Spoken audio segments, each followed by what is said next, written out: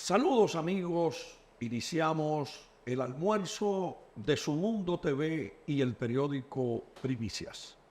Una nueva entrega para analizar el tema empresarios, reformas, economía y otros temas económicos de actualidad en esta programación de Su Mundo TV y en el contenido de Primicias. Nuestro invitado en el día de hoy, Leonel Castellano Duarte, presidente de la Unión Nacional de Empresarios y expresidente de la Asociación de Empresas e Industriales de Herrera, una voz económica autorizada en la nación dominicana. Nos acompañan además en este día Robert González, comunicador, a quien le damos la bienvenida, y Mario Lara Valdés, una persona también muy interesada en los sectores económicos de la nación. Saludos, Leonel. Gracias, muy contento de estar aquí. Gracias por la invitación. Alex, Mario y Robert, gracias también por compartir el momento tan especial. La verdad que un momento crucial para el país. Un momento Sí, crucial. claro que sí. Un año, un periodo de reformas que generan una reacción de las voces productivas de la República Dominicana, que generan la mayor parte de la riqueza nacional. Sin empresas, sin sectores productivos, no pudiera existir la nación.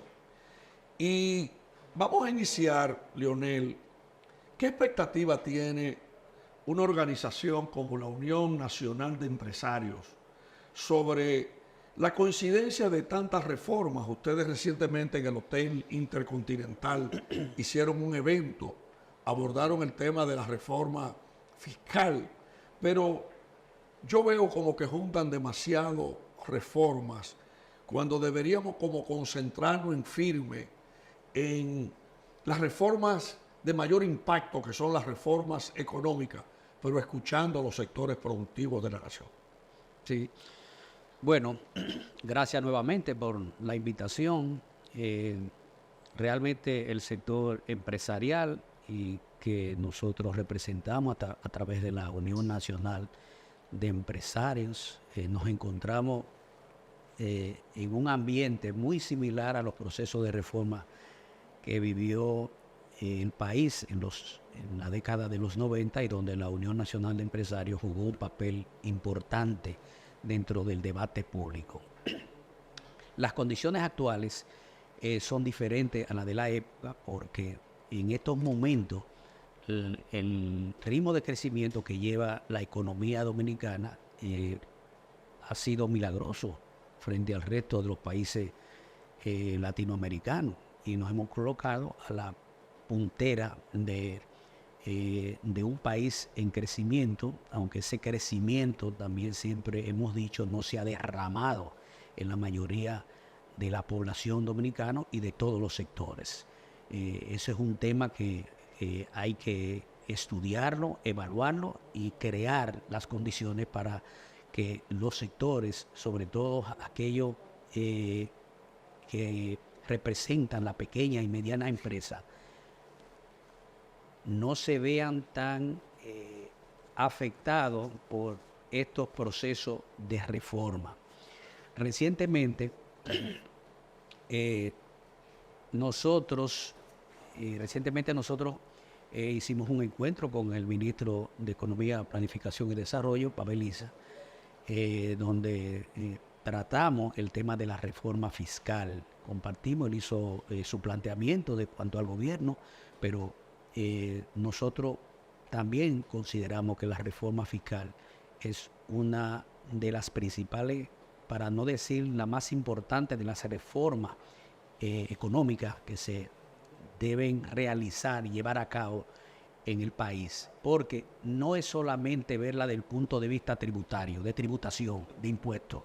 La reforma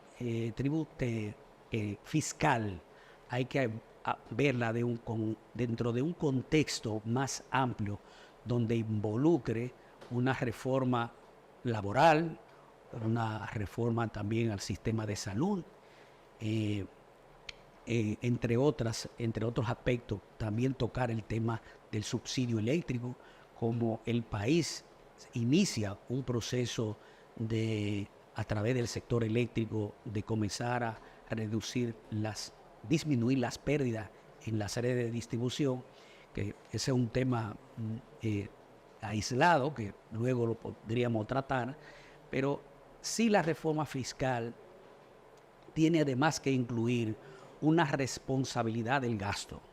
Entendemos que el país el Estado necesita recursos, pero también tenemos que crear una ley complementaria que garantice una eficiencia en el gasto público, porque realmente existe una dilapidación en el gasto del Estado a través de las instituciones públicas.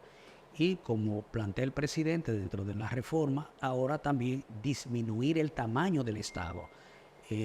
Yo creo que es un tema también que nosotros lo valoramos. También compartimos disminuir la cantidad en el Congreso de los diputados y los senadores.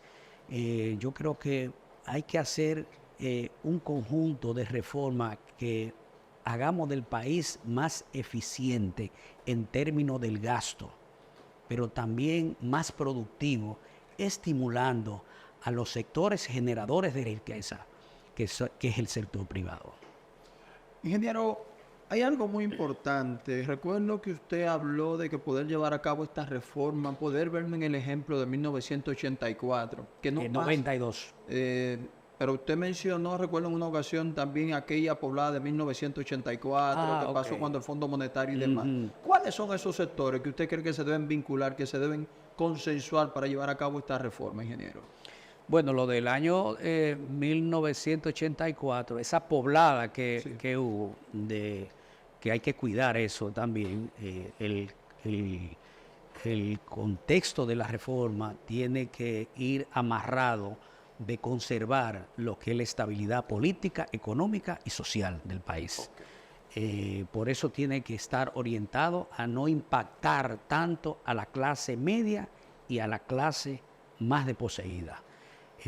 Yo creo que eso se iría dentro de la reforma tributaria, que sería ampliar la base tributaria hacia aquellos sectores que no tributan.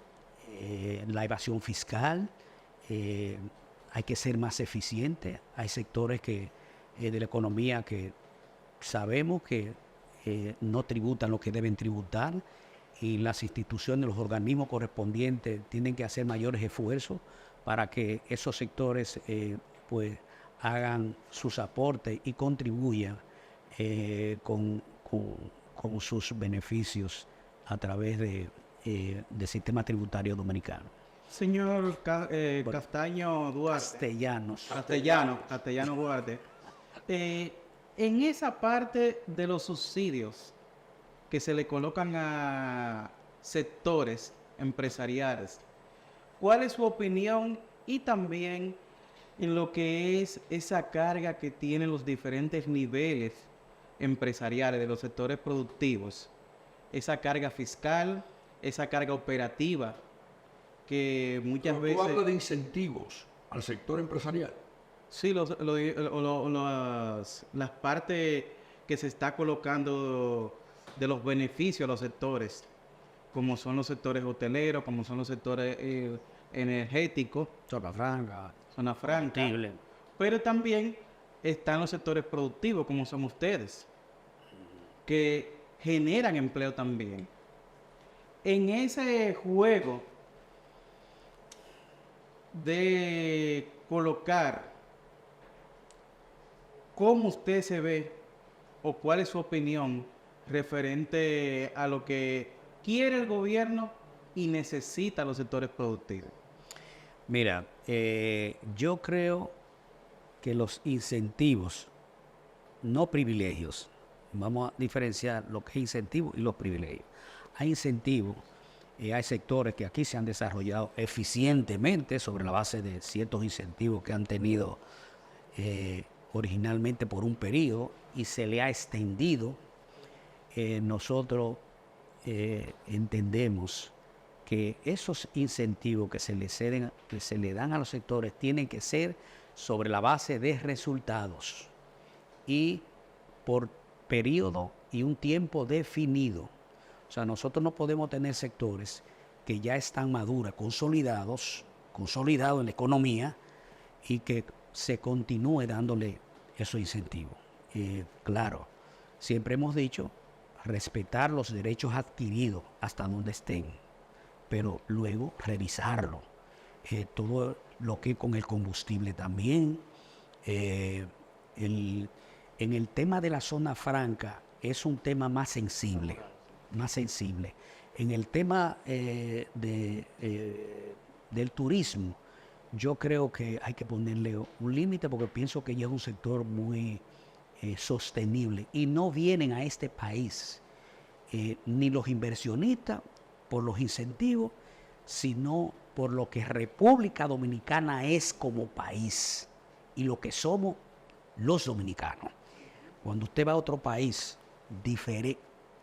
nota la diferencia de lo que es un turista, porque aquí a los extranjeros sí los tratamos como turistas. Usted va a otro país y usted es uno más, a cualquiera. Y eso lo notamos cuando visitamos cualquier país. Pero aquí decimos que un extranjero es una profesión ser extranjero. Entonces, es una idiosincrasia del dominicano de tener una atención con el turista. Y ese es el mayor incentivo que tiene el turismo en República Dominicana. No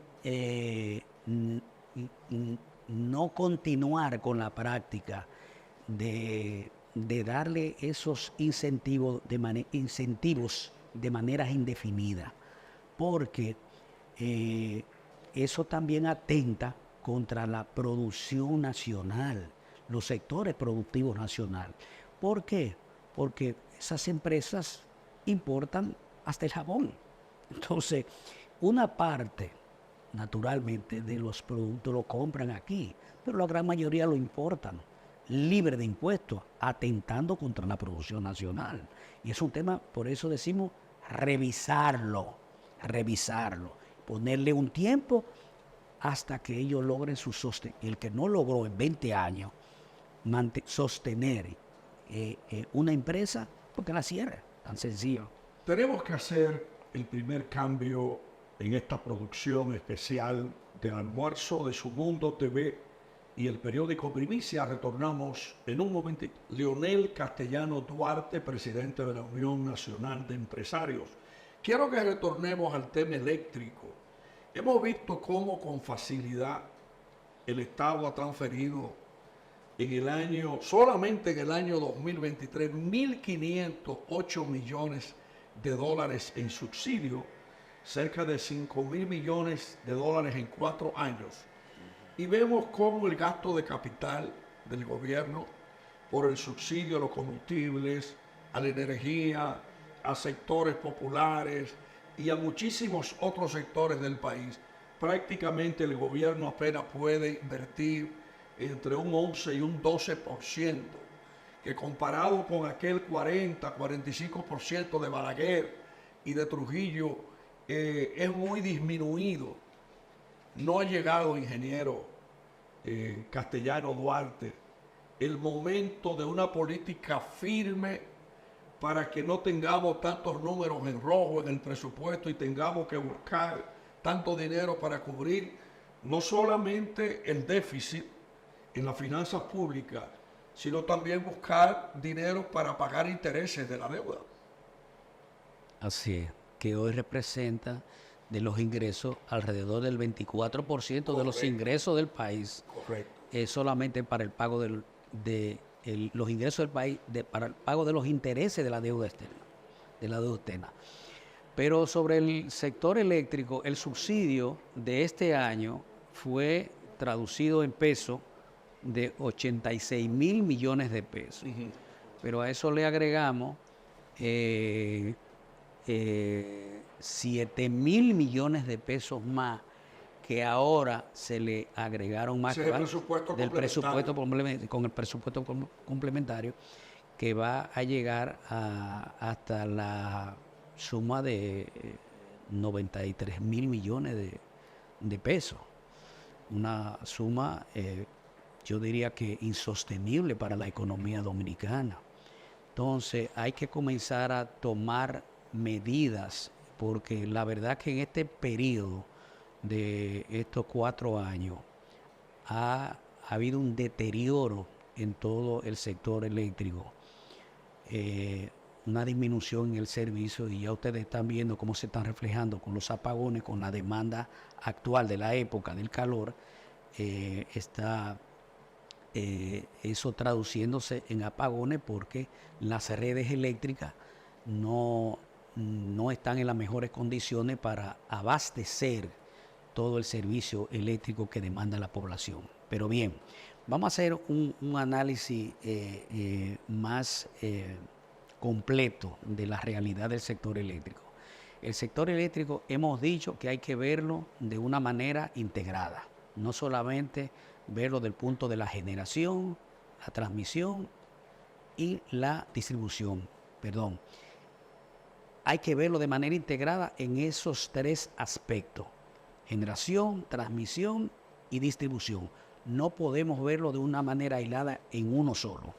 Es decir, nosotros tenemos una economía que crece. Si la economía va creciendo, significa que vamos a necesitar más demanda de energía, por tanto vamos a necesitar más generadoras de energía. Se estima que son en 150 megavatios todos los años. Hay que pensar en plantas térmicas, no solamente de que energía de sol y de viento. También, sí, hay un proceso de transición energética en ese sentido.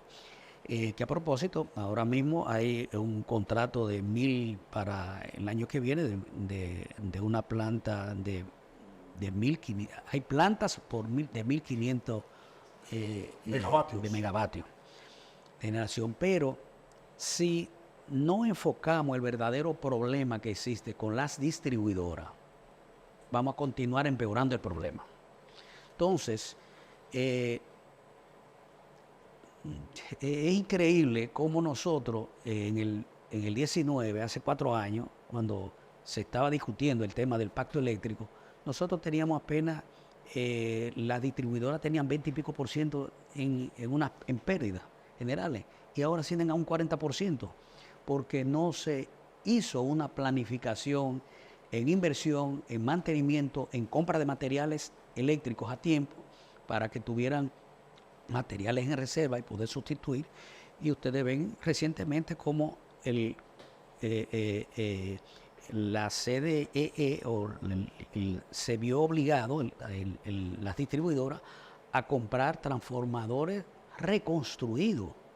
O sea, lo que de nuestra parte no lo vemos muy positivo, porque importar transformadores no es como salir a un colmado, a un supermercado, usted comprar una botella de whisky o una lata de salsa. No. El transformador que se utiliza en República Dominicana no es el mismo transformador que se utiliza en Centroamérica, ni es el mismo que se utiliza en Puerto Rico. O sea, cada país tiene sus redes con un voltaje y unas características eléctricas diferentes. Por tanto, hay que mandarlo a fabricar. Si vamos a mandar a fabricar un transformador, vamos a mandar a fabricar un transformador nuevo. No traerlo importado, reconstruido, porque aquí hay muchos talleres de transformadores que pudieran recoger todas las chatarras que tienen las distribuidoras y mandárselo a los talleres de aquí a que lo reparen. Ahora, particularmente, nosotros somos de opinión que las importaciones y las compras que se hagan en las licitaciones deben ser con transformadores nuevos, porque eso lo que permite es tener en las líneas bajos niveles de pérdida. Un transformador reconstruido, por más que se intente llevarlo a niveles de pérdida de un 2%, eso es imposible, porque ya transformadores, después que cumplían su vida útil, ya pierden propiedades. Eso es, aunque se trate de cambiarle algunos componentes como el rebobinado, el aceite, hay otras partes del núcleo que no se cambian y que son parte de la estructura eléctrica del equipo. Entonces, En estos momentos yo creo que las distribuidoras tienen que enfocarse en dos cosas, en hacer inversión, un plan de inversión, inclusive eso yo creo que más que otros consensos, un plan máster del sector eléctrico es lo que debería de someterse a un consenso. Bueno, que se sometió y se discutió en un pacto eléctrico, que se hizo en un pacto eléctrico, pero no hemos avanzado en eso. De lo único que porque eso establecía que nosotros para esta fecha, el plan de inversión de las distribuidoras tenían que llevar las pérdidas, tenían que estar en este momento para este año, a partir del momento que se firmara el pacto, en alrededor de un 19% las pérdidas. Ingeniero, dos preguntitas en ese mismo tenor, porque quiero aprovechar ese planteamiento que usted hace.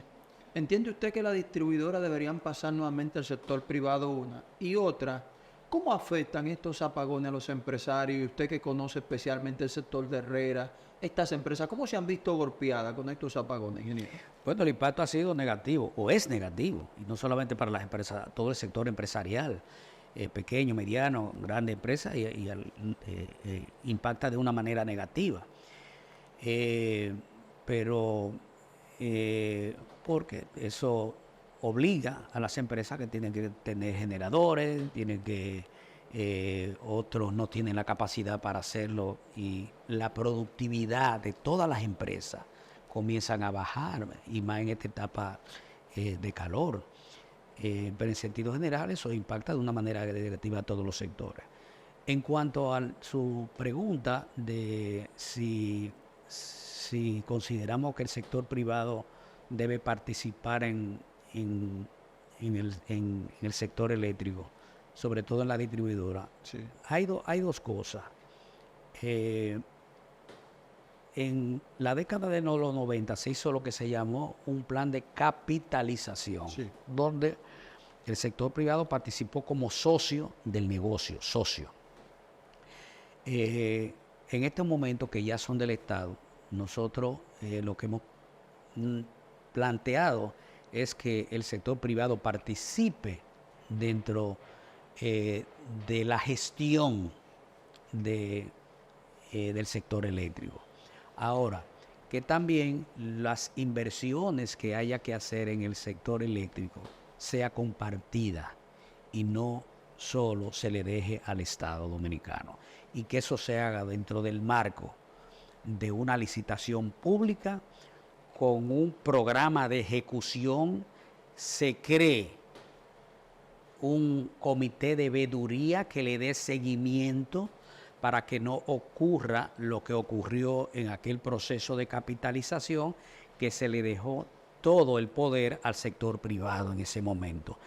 Por eso, ahora, claro, en aquel momento no existía ni siquiera la superintendencia de electricidad, ni siquiera existía una ley general de electricidad.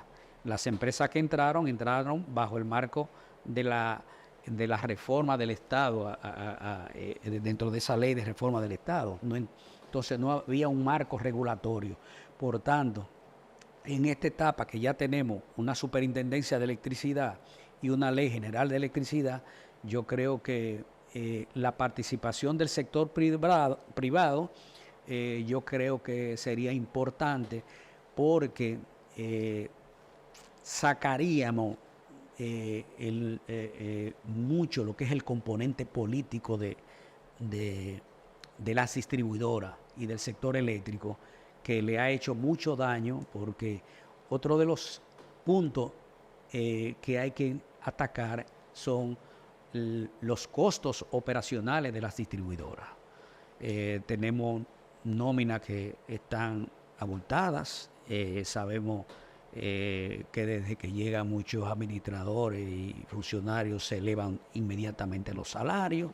Entonces todo eso hay que revisarlo también, si eso cae dentro de una gestión del sector privado, y que haya un compromiso, porque eso tiene que estar bien definido, que es bien definido de cuál es la responsabilidad que va a asumir quien gane ese proceso de licitación transparente y público. Y que, como dije, que haya una revisión con un programa de ejecución de qué es lo que va a hacer y a dónde va a llegar. Para darle seguimiento a los planteamientos que usted ha colocado sobre la mesa, sobre hace 4 años, un porcentaje de pérdida de un 20%. 20 y pico, no 20. Era como un 24%, más o menos 25%. Y ahora mismo estamos pasando el 40%. Lo cual indica que también, en palabras suyas, faltó planificación y también ejecución. En ciertos aspectos a nivel de compra, a nivel de proyecciones en el sector eléctrico. Pero también nos podemos ir a la memoria histórica de lo que fue Unión Fenosa en el país. Que dentro de los acuerdos del gobierno y Unión Fenosa estuvo que ellos debían de hacer el trabajo de Diversión. Cobranza Y de inversión. Y lamentablemente no cobró a la población, pero tampoco invirtió. En esa mesa de realidades, usted como líder empresarial, me gustaría saber cuál es el costo a nivel de lo que es el tema eléctrico en la actualidad, con los apagones, las inversiones que tienen que hacer, de una empresa grande y de una empresa mediana.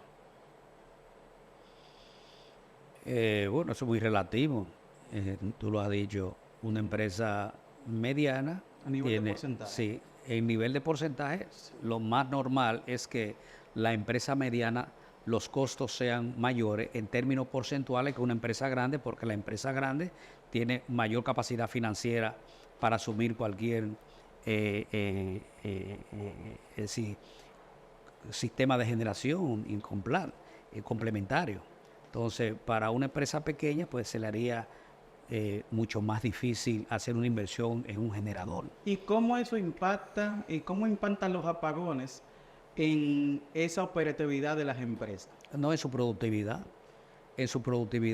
totalmente. Disminuye la productividad de todas las empresas.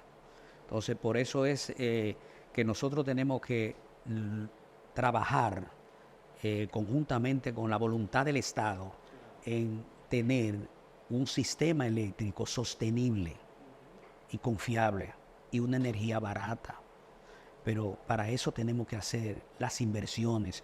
Cuando yo hablaba de planificación, por ejemplo, las compras que hicieron también las distribuidoras, porque no voy a decir que 100% tuvieron en el tema de los materiales de mantenimiento. También muchos suplidores no entregaron los materiales a tiempo. Se hicieron licitaciones y materiales que debieron llegar en 6 meses, duraron 1 año para llegar. Entonces, hay que también trabajar con ese esquema también de compra y con la ley de compra y contrataciones. Tiene que ser más flexible, sobre todo en sectores como es el sector eléctrico, que muchas veces las emergencias no pueden esperar tanto tiempo para resolver un problema. Tenemos que hacer otro cambio en este almuerzo siempre muy especial de Su Mundo TV y el periódico Primicias. Seguimos con el almuerzo de Su Mundo TV y el periódico Primicias, hoy con la presencia muy importante de Leonel Castellano Duarte, presidente de la Unión Nacional de Empresarios, UNE.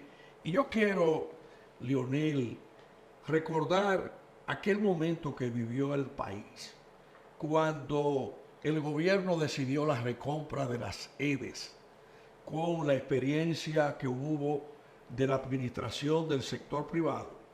Yo escuché ahorita una parte muy interesante que usted ponía, de que la sugerencia ahora es compartir la gerencia sector privado, sector público en las EDES. Pero las EDES necesitan, aparte de esa gerencia, una revisión total del mínimo detalle que haga. ¿Usted cree que llegó ese momento para que recuperemos el sector eléctrico, recuperemos la función que se ha buscado con la creación de las redes? Sí, bueno, quiero comenzar, porque tal vez no me expresé bien. El Estado Dominicano no tiene recursos para hacer las inversiones que necesita el sector eléctrico en estos momentos, como tampoco la tuvo cuando se inició el proceso de privatización, no de capitalización en los 90. No tenía dinero, bueno, tenemos que rehabilitar las redes, pues como el gobierno no tenía dinero, entonces yo me busco un socio, evaluamos la empresa, cuánto vale, $1 millón de pesos, estoy literalmente hablando. Bueno, pues busco un socio que me va a aportar $1 millón de pesos, y ese $1 millón de pesos yo lo que voy a hacer es invertirlo en el negocio mío y yo corrijo mi problema.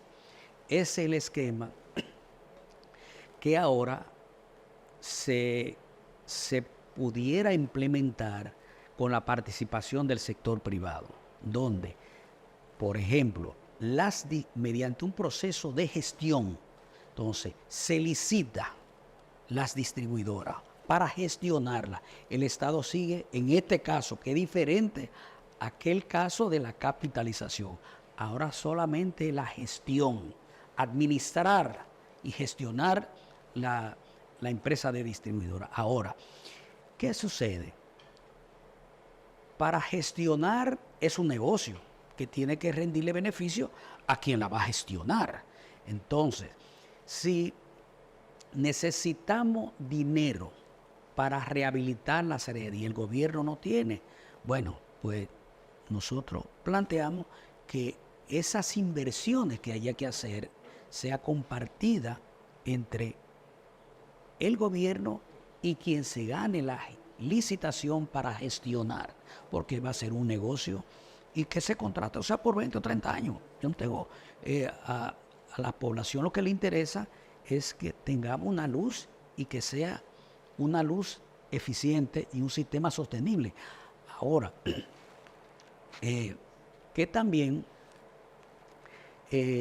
todo eso sea dentro del marco también de la transparencia y de licitaciones públicas, para que no haya ningún privilegio para nadie y que realmente esté soportado dentro de un esquema de vigilancia y cumplimiento con un programa de ejecución de obra, de qué es lo que hay que hacer, dónde tenemos que llegar. Entonces, eso tiene que, por eso sugerimos que crear un sistema de veeduría, un comité de veeduría que le dé seguimiento a eso. En el caso histórico de cuando se capitalizó con la Unión Fenosa, la obligación de la Unión Fenosa en aquel momento era hacer las inversiones en el sector que necesitaba en ese momento para la rehabilitación de las redes. Pero resulta que como no había un organismo regulador y que vigilara, le dieron todo el poder al sector privado de ese momento, público-privado, se lo dieron tanto a la AES, que fue la que compró a EDESTE, y la Unión Fenosa, EDESUR y EDENORTE. Ahora, debo reconocer que el EDESTE en ese momento la AES hizo las inversiones desde el primer momento. Eso lo recordamos nosotros.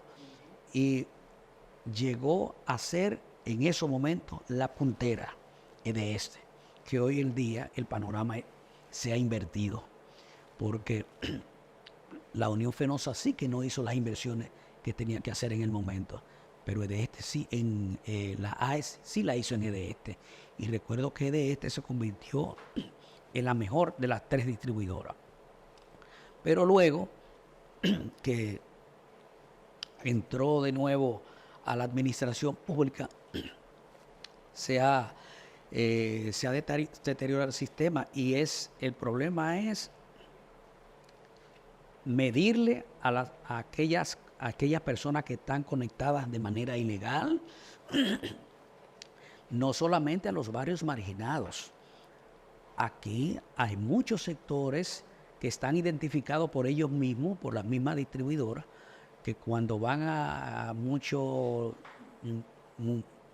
inclusive fábricas, que hemos tenido información de eso, industrias, sectores también del sector turístico, vinculados con el sector turístico, establecido en esa zona, han sido que están conectados ilegalmente. Entonces, pero eso no tiene la distribuidora, todas esas informaciones. Lo que pasa que cuando llegan muchas veces se encuentran con un militar que lo encuentra y hace una llamada y le mandan a suspender. No suspendan eso. Entonces, perdón.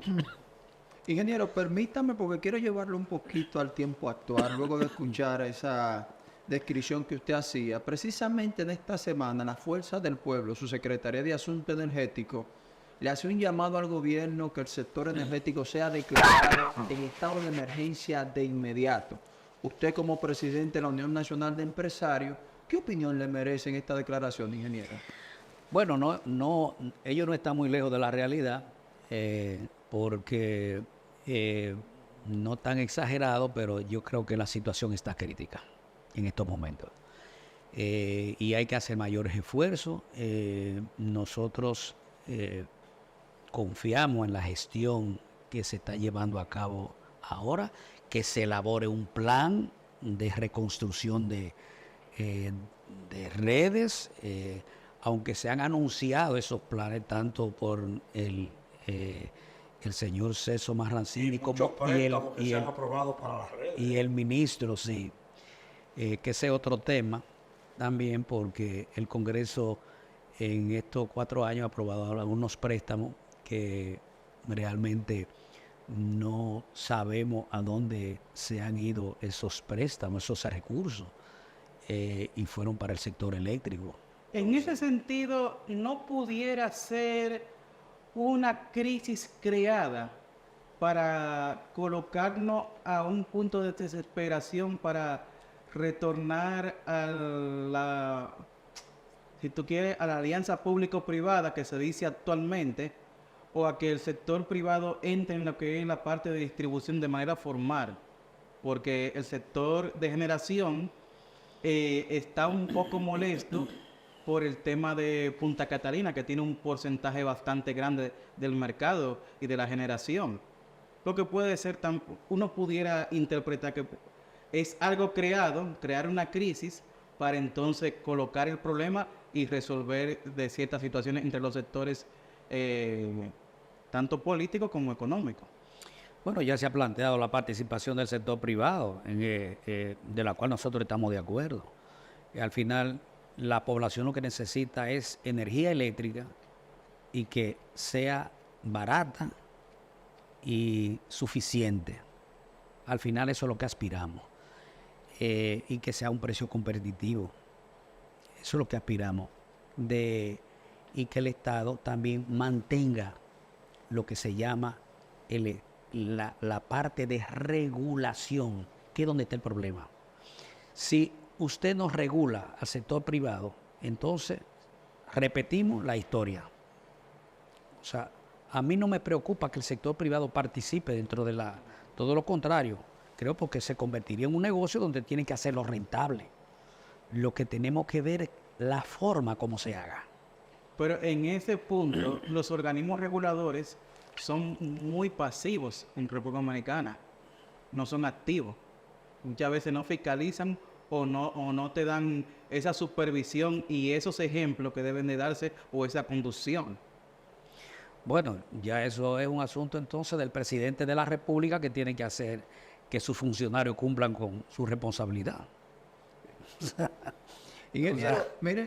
Ingeniero, con la anuencia de nuestro coordinador Alex Jiménez, yo quisiera que usted me permita salirme un poco del tema, porque al parecer estamos a la puerta de una reforma al Código Laboral y escuchamos que los empresarios siguen todavía con el tema de la cesantía y otros cambios que se deben hacer ahí.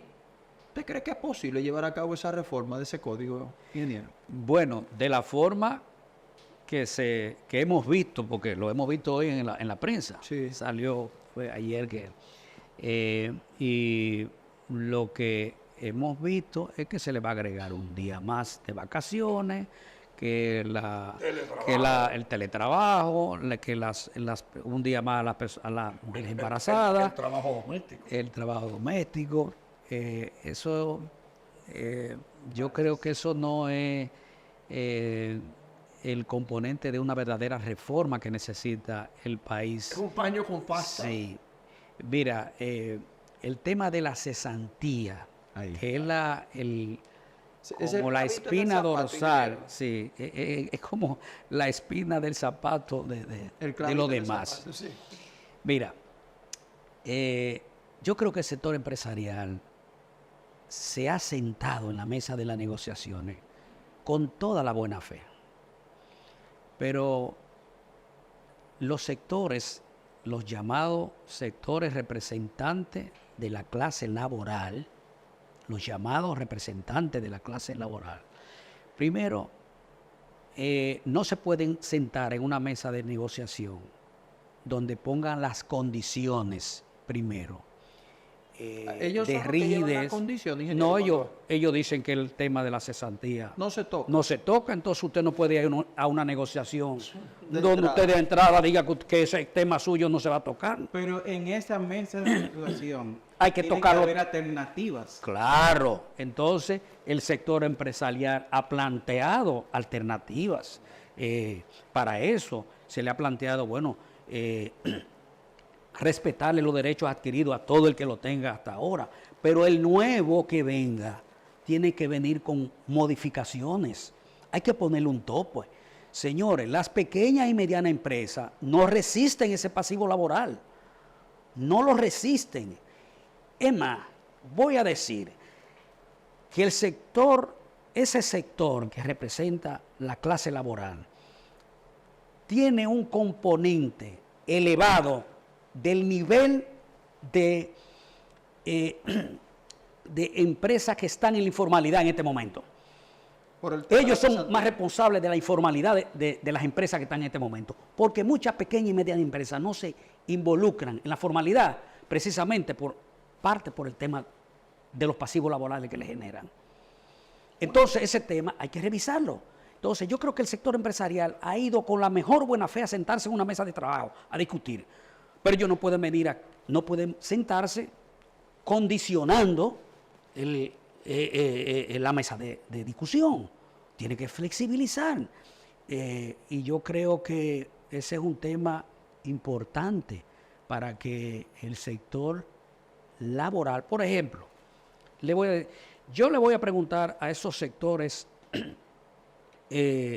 sindicales, si ellos hablan de que hay que mejorarle la pensión cuando los empleados se retiren. Eso es un tema que debería de tratarse. ¿Por qué ellos no lo tratan? ¿Por qué no se juega con eso? Que decir, ¿por qué no dicen que ellos, que defienden tanto a los trabajadores, digan, cuando la persona se jubile después de los 60 o 65 años, va a continuar con su seguro de salud? ¿Por qué no tratan ese tema? Sí. Mencionen eso. Esas sí son cosas importantes para el trabajador. No trancarse en el tema de la cesantía, que se le está respetando totalmente. Pero vamos a combinar cómo equilibramos las cosas para el bienestar. No es que el empleador no está opuesto a que se le mejore las condiciones, todo lo contrario. Todo el empleador quiere que sus empleados estén en las mejores condiciones, pero no es solamente con el salario, hay otras condiciones también que se pueden discutir dentro de la mesa. Entonces, una reforma laboral tiene que agrupar todo ese tipo de elementos y traerlo a la mesa de trabajo pero tenemos que contar con ellos también. Si usted hace una encuesta, que yo no sé a quiénes representan también, porque la mayoría de los trabajadores y de las empresas que yo conozco no están vinculados con esos representantes. Entonces, ingeniero, perdone, hablamos de don Gabriel del Río, don Pepe Abreu y Jacobo Ramos. Los representantes en las discusiones del tema laboral. Yo quiero preguntar, para irnos al próximo cambio, una pregunta prácticamente explosiva desde el punto de vista económico. Ese pasivo laboral que acumula la mayor parte de las empresas dominicanas, si no se resuelve el tema de la cesantía, pudieran hasta desaparecer. Claro. Eso es una espada de Damocles para la pequeña y mediana empresa. Señores, nosotros tenemos que estimular la iniciativa privada. Son los verdaderos generadores de riqueza, son los que generan los empleos formales. Tenemos que atraer gente a la formalidad. Y si no corregimos esas distorsiones, vamos a continuar que el emprendedurismo desaparezca. Y tenemos que impulsar el emprendedurismo en este país. No podemos mutilarlo.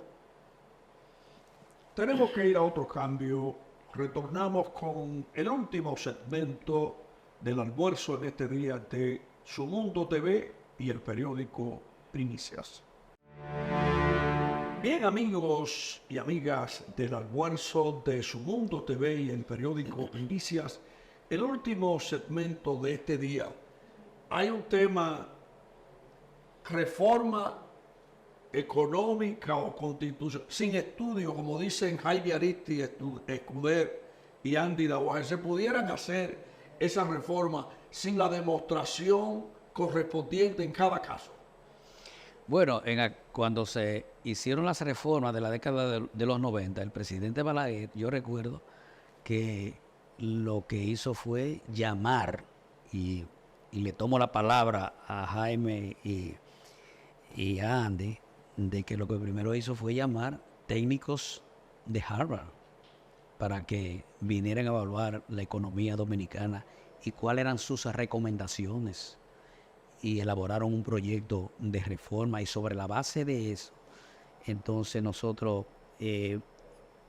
elaboramos las reformas estructurales de la época, y que gracias a esas reformas estructurales de la época es que República Dominicana, señores, ha logrado el milagro económico de más de 20 años. Ese milagro económico de crecimiento que ha tenido la República Dominicana no ha sido al azar, fue por las medidas estructurales que se tomaron en ese momento. Y hoy estamos en un escenario muy similar, pero estamos en mejores condiciones porque estamos en una economía estable. En aquel momento teníamos una economía muy inestable y era más difícil enfrentar esa situación.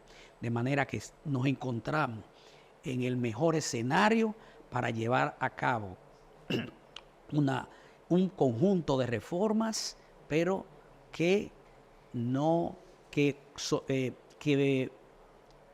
con ese conjunto de reformas se logre mantener la estabilidad política, económica y social. Ingeniero Leonel Castellano, presidente de la Unión Nacional de Empresarios, ya en este tramo final de este interesante almuerzo con usted, hay dos puntos que no puedo permitir que usted se me vaya sin tocarlo. Parte de esa reforma, anticipo fiscal, lo que significa esto para su sector, y agréguenmele ahí también el tema del ITEVI. Siempre está que se ampliaría la base, que no se ampliaría. Y vemos que se queda siempre en el mismo punto. Dígame usted, ingeniero. Bueno, sobre la base, sobre el ITEVI, eso está en discusión todavía, pero nosotros consideramos que podría revisarse, por lo menos tal vez no bajarlo hasta un 10, pero sí ampliar algunos productos que no son tan necesario o tan sensible, diríamos, como el tema de la medicina y algunos alimentos que llegan a la canasta básica. Y por otro lado, el tema de los anticipos sí es una espada de Damocles sobre todo para pequeñas y medianas empresas.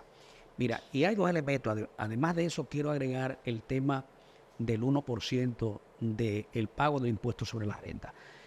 El anticipo para pequeñas y medianas empresas, hemos visto cómo o hemos planteado que ese anticipo se elimine para las pequeñas y medianas empresas. Se elimine de la forma. Por ejemplo, que se establezcan 3 periodos durante el año y que ese anticipo se haga sobre la base de las operaciones de ese periodo.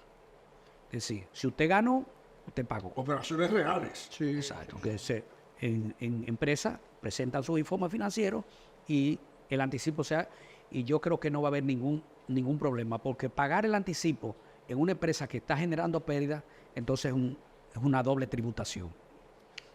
Y sobre el tema también hablando de tributación, que el impuesto sobre la renta, sobre los beneficios, que al final, lo que establece la ley, el 27% o el 1% de los activos, hay muchas empresas, pequeñas y medianas empresas, que se ven afectadas, y grandes empresas, en sentido general, cuando el impuesto sobre la renta, la Dirección General del Impuesto Interno, cobra sobre el mayor de los dos. Pero resulta que algunas empresas que tienen muchos activos, pero tuvieron una rentabilidad pequeña, vamos a suponer, y ponemos un ejemplo, una empresa se ganó $1 millón. Un ejemplo. Bueno, pagó el 27%, 270,000 pesos sobre sus beneficios. Pero resulta que tiene unos activos de 100 millones de pesos. Bueno, pues impuestos sobre la renta le cobra sobre el $1 millón. Oye, pero tú acabas de ganar $1 millón. Si tú te ganas tu $1 millón, tu beneficio, y tienes que pagar sobre los activos $1 millón, no te ganaste nada. Exacto.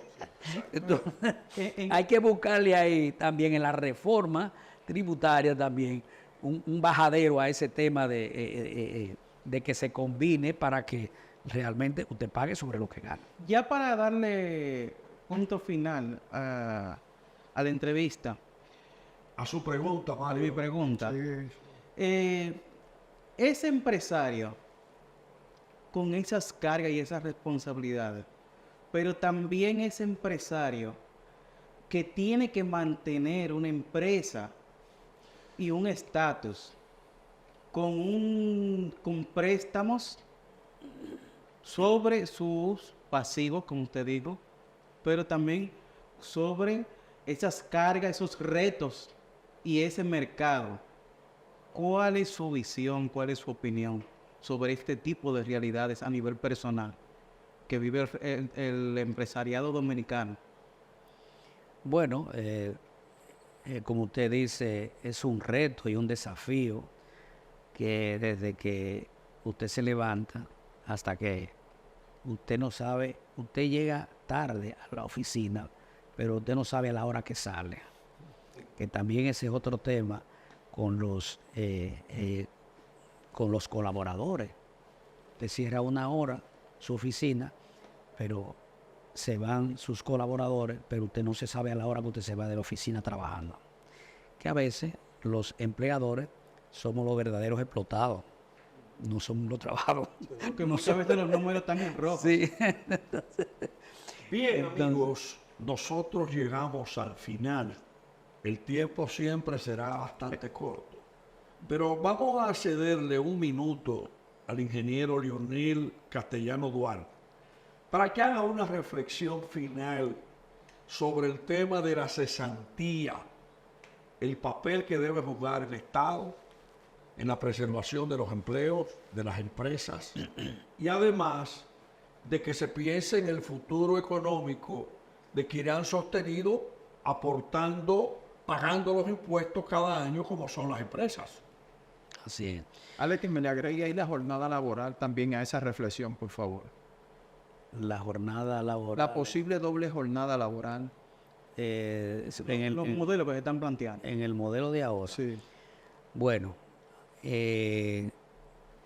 tú dices la limitación con el tiempo de... Sí, que sean 2 horarios, modelos que están presentando de flexibilizar y eso. Bueno, primeramente quiero decirle que un país se construye sobre la base del trabajo. Y para incentivar el trabajo tenemos que incentivar el sector privado, que somos los verdaderos generadores de riqueza y de empleos.